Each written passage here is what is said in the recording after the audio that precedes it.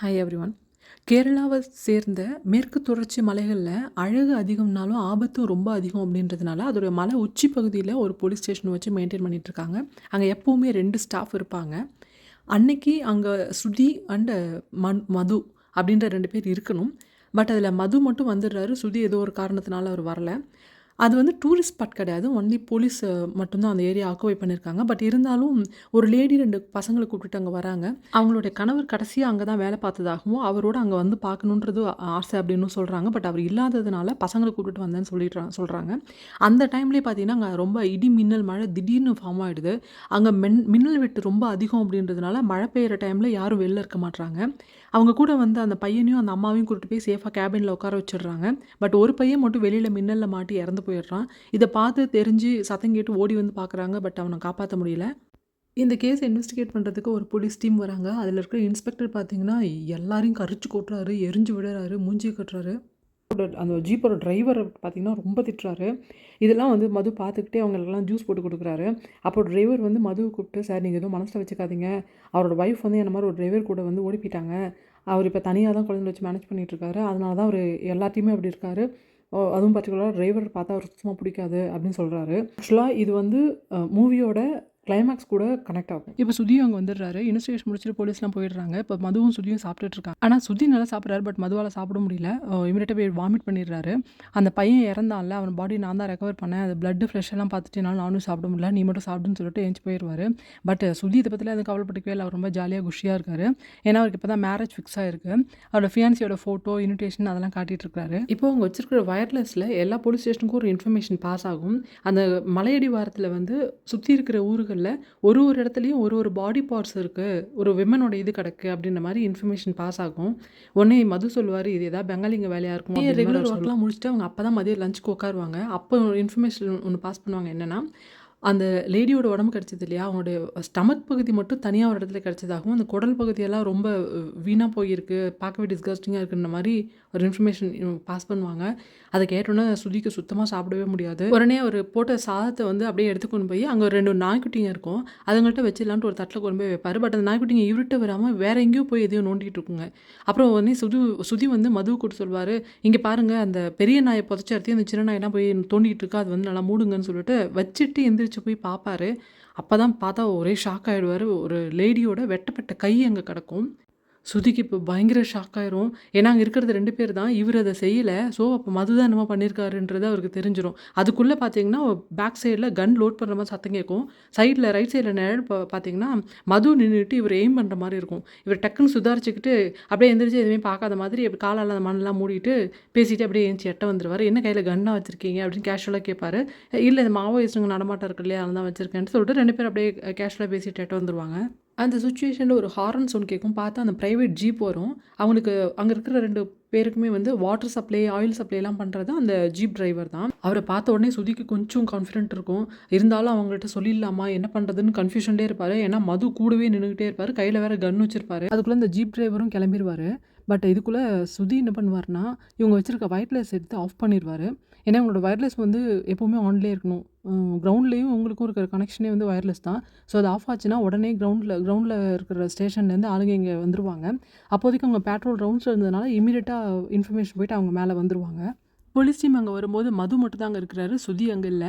மது எங்கன்னு கேட்கும்போது அவன் கீழே குளிக்க போயிருக்கான் அப்படின்னு சொல்கிறாங்க. ஆக்சுவலாக என்ன நடந்திருக்கும்னா, மது வந்து சுதியை கை காலெல்லாம் கட்டி போட்டு வாயில் ஒரு துணியை வச்சு அடைச்சி அவங்க இருக்கிற இடத்துலேருந்து ஒரு 10 ஃபீட் டவுனில் ஒரு புதர் மாதிரி இருக்கும், அங்கே போட்டு மறைச்சி வச்சிருப்பாரு. அப்போ அந்த போலீஸ் டீம் கிளம்புனதுக்கப்புறம் மது போயிட்டு சுதியோட கையெல்லாம் ரிலீஸ் பண்ணிட்டு வாயில் அந்த துணியெல்லாம் எடுத்து விட்டுருவாரு. சடனாக 2 பேருக்கும் ரொம்ப சண்டையாயிடும்.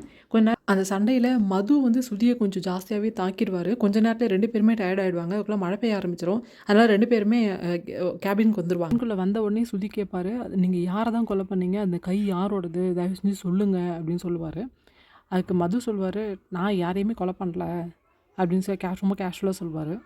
அந்த கை என்னோடய ஒய்ஃப் அமிர்தாவோடதுன்னுவார். மது அவ்வளோதான் பயங்கர ஷாக் ஆகி பேசாமல் உட்காந்துருவார்.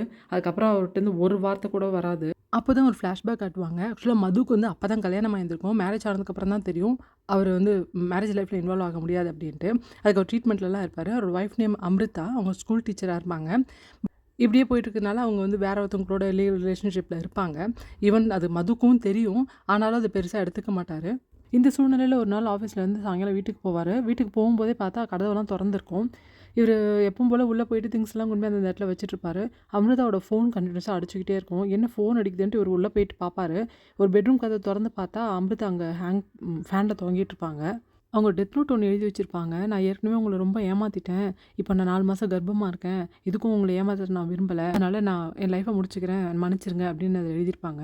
அப்போ கன்டினியூஸா ஃபோன் வந்துகிட்டே இருக்கும். அப்போ ஃபோன் எடுத்து பார்த்தோனே தெரிஞ்சிடும் இவங்க கூட யார் இல்லீகல் ரிலேஷன்ஷிப்ல இருந்தாங்க அப்படின்ட்டு. உடனே அமிர்தாவோட பாடிய எடுத்து கிச்சன்ல கொண்டு போய் வச்சு பீஸ் பீஸா கட் பண்ணி அவர் தான் எல்லா இடத்துலயும் டிஸ்போஸ் பண்ணுவாரு. மதுவ பார்த்து கேட்பாரு, "நீங்க பண்ணது எவ்வளோ பெரிய பாவம் தெரியுமா? ஏன் இவ்வளோ பெரிய தப்பு பண்ணீங்க? ஏன் இவ்வளோ பெரிய பாவம் பண்றீங்க?" அப்படின்னு கேட்பாரு. "நான் பண்ணது ஒண்ணும் பாவம் இல்லையே! நான் என்ன அவள கொன்னனா? இறந்த உடம்ப தான டிஸ்போஸ் பண்ணேன்." அப்படின்னு சொல்லுவாரு. "உனக்கு ஒரு வாக்கியம் தெரியுமா? கொன்னா பாவம், தின்னா சரியா போயிடும்னு சொல்லுவாங்க." அப்படின்னு அவர் சொல்லுவாரு. இவருக்கு ஒண்ணுமே புரியாது. "சரி அவன நீங்க ஒண்ணுமே பண்ணலையா? அவனைய நீங்க விட்டுட்டீங்களா?" அப்படின்னு அவர் கேட்பாரு. "அவன நான் கொலைலாம் பண்ணல. அவன நான் ஒண்ணுமே பண்ணல. ஆனா அவன் என் ஒய்ஃப்க்கு என்ன குடுத்தானோ, அத நான் திருப்ப அவனுக்கு சமைச்சு குடுத்துட்டேன். அவன சாப்பிட வச்சுட்டேன்." அப்படின்னு அவர் சொல்லுவாரு. அப்போ தான் தெரியும், அவங்க ஒய்ஃப் கூட இல்லீகல் ரிலேஷன்ஷிப்ல இருந்ததே சுதி தான் அப்படின்னு. இது மாரி கொமட்டிக்கிட்டே வரும். ஏன்னா, அவர் என்ன சொல்லியிருப்பாருன்னா, அந்த அவங்க வயித்துல இருந்த கருவ தான் அவனுக்கு சமைச்சு சமைச்சு குடுத்துருக்காரு இத்தன நாளா. அதான் அப்படி சொல்லுவாரு. அதுக்குள்ள இவரு கன்ன லோட் பண்ணிட்டுருப்பாரு. அதுக்குள்ள போலீஸ் ஸ்டேஷனுக்கு ஆல்ரெடி இந்த டெட் பாடிஸ்லாம் பீசஸ் கிடைச்சது இல்லையா? அத வச்சு அவங்களும் கண்டுபிடிச்சிடுறாங்க. அவங்களோட மொபைல் ஃபோன் ஒரு இடத்துல கிடைக்குது. அத வச்சு அது வந்து ஒரு லேடியோட டெட் பாடி தான். அவங்க நேம் அம்ரிதா. இந்த மாரி இந்த ஸ்டேஷன்ல ஒர்க் பண்ற மதுவோட ஒய்ஃப் தான் அவங்கன்ற வரைக்கும் கண்டுபிடிச்சிடுறாங்க. பட் போலீஸ் இன்வெஸ்டிகேஷன்ல அது எப்படி ஃபார்ம் ஆகுது அப்டின்னா, அவங்களுடைய லாஸ்ட் கால்ஸு, அவங்களுக்கு வந்திருக்கிற மெசேஜஸ்லாம் எடுத்து பார்க்கும்போது, இந்த சுதி தான் அவங்க கூட இல்லீகல் கான்டாக்ட்ல இருந்திருக்கான். ஃபைனலா அவங்க பிரெக்னன்ட்டா இருந்திருக்காங்க. வாய்ஸ் மெசேஜ் அனுப்பிச்சிருக்காங்க. இந்த மாரி 4 மந்த் பிரெக்னன்ட்டா இருக்கேன். பட் அபார்ட் பண்ண முடியாது. நான் உன்ன இன்னைக்கு மீட் பண்ணணும் அப்படின்னு அவங்க சொல்லியிருக்காங்க. சுதியும் அவங்களுக்கு மீட் பண்ணியிருக்காங்க. அது வந்து டவர் லொகேஷன் 2 பேரோடதும் ஈவனா ட்ராவல் ஆயிருக்குன்றத கண்டுபிடிக்கிறாங்க. இத வச்சு சுதி தான் வந்து அவங்கள கொன்னுட்டாங்க அப்படின்ற மாரி கேஸ் ஃபைல் ஆயிடுது. இதெல்லாம் வச்சு சுதிய அரெஸ்ட் பண்றதுக்காக போலீஸ்ல வந்து அன்னைக்கு நைட்டே போயிட்டுருக்காங்க. இவங்க போயிட்டுருக்கும்போதே பார்த்தா பயங்கரமா இடி, மின்னல், மழையா இருக்கு. ரொம்ப மின்னல் விழுது.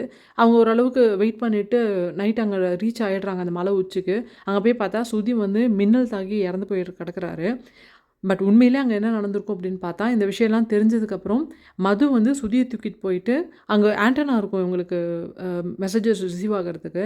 அந்த கம்பியில சுதிய கட்டி போட்டுட்டு, அந்த ஆண்டனாவ தூக்கி க்ளோஸா வச்சுட்டு வந்துருவாரு. அந்த மின்னல் தாக்கி அவர் இறந்து போயிடுவாரு. ஸோ ஃபைனலா கேஸ் எப்படி க்ளோஸ் பண்ணுவாங்கன்னா, மின்னல் அடிச்சு சுதி இறந்துட்டாரு அப்படின்ற மாதிரி கேஸ க்ளோஸ் பண்ணிடுவாங்க. பட் அங்க இன்வெஸ்டிகேஷனுக்கு வந்த இன்ஸ்பெக்டர் ஒரு விஷயத்த நோட் பண்ணுவாரு.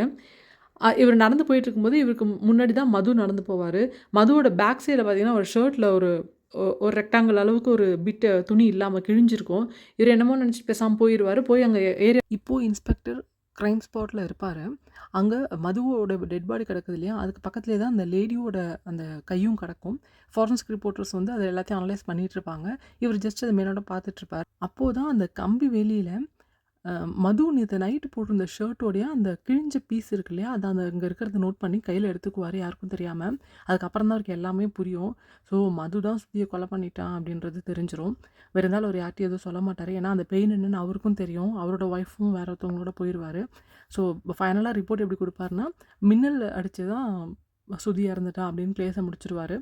மதுவ வீட்டுக்கு போ சொல்லிருவாரு. அப்படின்னு. பட் இவரு போயிட்டுருக்கும்போது, இவரு கூட வந்த 2 கான்ஸ்டபிள்ஸ் இருப்பாங்க இல்லையா? அவங்க நின்னுகிட்டு பேசிட்டு இருப்பாங்க. இந்த சுதி வந்து இப்படி பண்ணியிருக்க கூடாது. மது அவன வந்து எவ்வளோ நல்லா பார்த்துக்கிட்டாப்படி, ஒரு பிரதர் மாரி கூட கூட பொறந்தவன் மாரி பார்த்துக்கிட்டு இருந்தாரு. பட் அவங்க குடும்பத்துக்கே அவன் இப்படி துரோகம் பண்ணிட்டான். அவன் பண்ண துரோகத்துக்கு கடவுள் அவனுக்கு சரியான தண்டனை குடுத்துட்டாரு அப்படின்னு சொல்லுவாங்க. அவ்வளோதாங்க ஸ்டோரி முடிஞ்சிருச்சு. சப்ஸ்கிரைப் பண்ணுங்க, லைக் பண்ணுங்க. கமெண்ட்ல நரேஷன் எப்படி இருக்குதுன்றத ஷேர் பண்ணுங்க. Thank you.